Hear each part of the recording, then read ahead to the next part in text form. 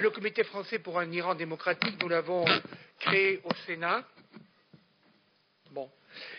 il y a presque 7 ans.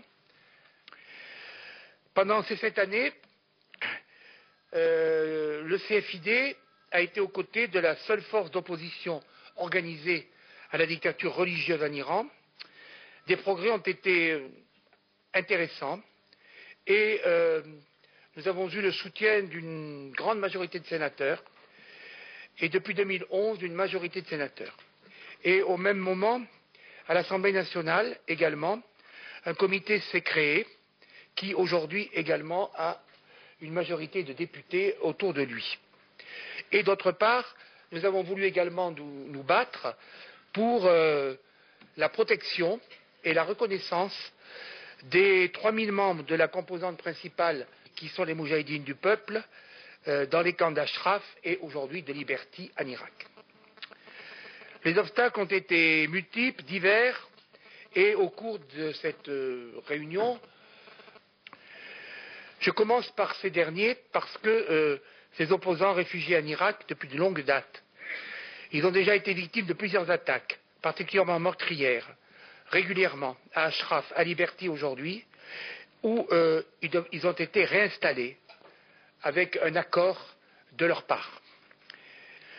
Nous nous sommes mobilisés au Parlement, ici à l'Assemblée nationale et ici au Sénat, pour que, à l'Assemblée nationale qui est représentée par notre collègue Brigitte Allain, qui interviendra tout à l'heure, pour exiger leur intégrité, leur santé, pour que des mesures concrètes de protection soient prises, pour que la France intervienne et use de son influence au Conseil de sécurité des Nations Unies.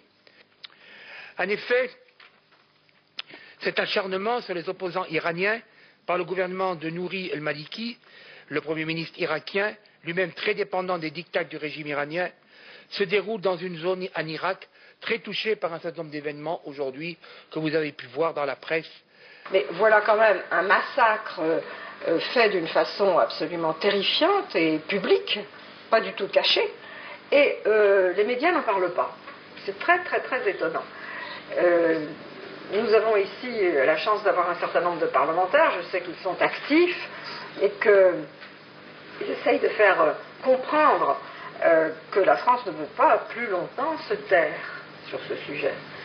Et quand je dis la France, bien sûr, c'est les élus, c'est le gouvernement, c'est aussi la presse, enfin c'est les intellectuels, enfin les gens qui prennent la parole publiquement. On ne peut pas continuer comme ça. Sur cette terreur qui règne sur ce malheureux peuple qui lui-même est dans une situation d'abord économique épouvantable, mais aussi de terreur. Je pense qu'en insistant, on est quand même parti dans quelque chose, puisqu'il y a un début de négociation, même si il est insuffisant, si ça ne concerne que le nucléaire. Bon, c'est déjà énorme le nucléaire, ça fait peur à tout le monde, pas seulement. Peut-être qu'il y a un débat organisé, il y en a certainement eu à la Commission des Affaires étrangères de l'Assemblée nationale, au Sénat, qu'on puisse en parler et que ça se sache. Monsieur le sénateur, Madame la Présidente, mes chers amis, Madame la députée, reste la base de la République française. Et que c'est sur ces bases-là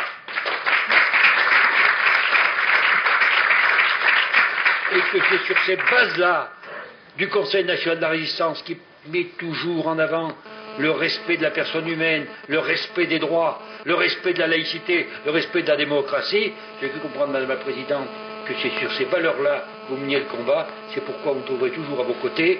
Et sachez que dans ce combat-là, je crois qu'il faut qu'on l'ait toujours à l'esprit. Face à la dictature, il n'y a qu'une réponse, c'est la mobilisation des démocrates.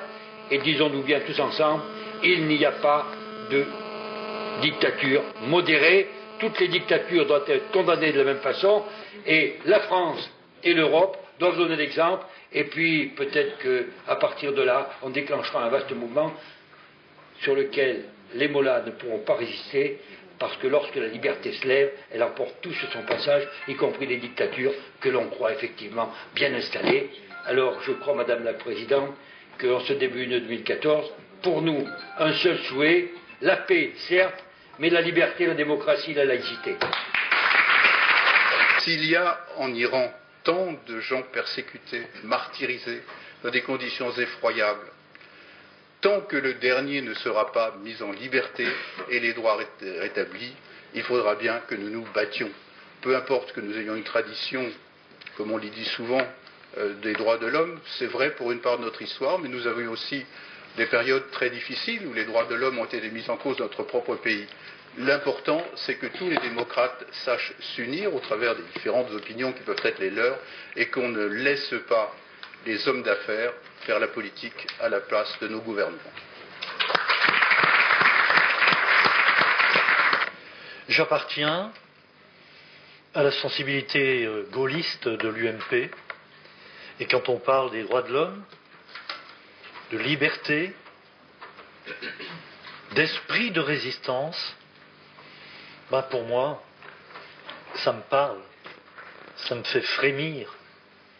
Et je voudrais simplement vous dire, Madame la Présidente, que je vous félicite du fond du cœur pour ce noble combat que vous menez, noble et difficile. Je ne reviens pas sur tout ce qui a été dit, ces massacres, cette absence de liberté. Dites-vous que nombreux sont les Français qui partagent vos convictions, vos idées. Nous sommes à vos côtés. Merci pour ce que vous faites. Donc c'est un président qui n'a pas été élu démocratiquement, qui a été élu par Khamenei en juin dernier, qui est un président pragmatique. Ce n'est pas un président modéré, certainement pas évidemment sur le plan. L'un des problèmes du Moyen-Orient, outre l'usage du chiisme qu'en fait la République islamique, autrement dit l'instrumentalisation de la religion au profit du politique. Alors ça, c'est pas nouveau, hein. Les Cro-Magnons, je sais pas, je connais pas bien, hein, mais depuis au moins les premières cités sumériennes, alors là, ça je peux vous le garantir, l'instrumentalisation du religieux par le politique, c'est banal et c'est pas nouveau. C'est le cas aujourd'hui du pouvoir à Téhéran. Merci.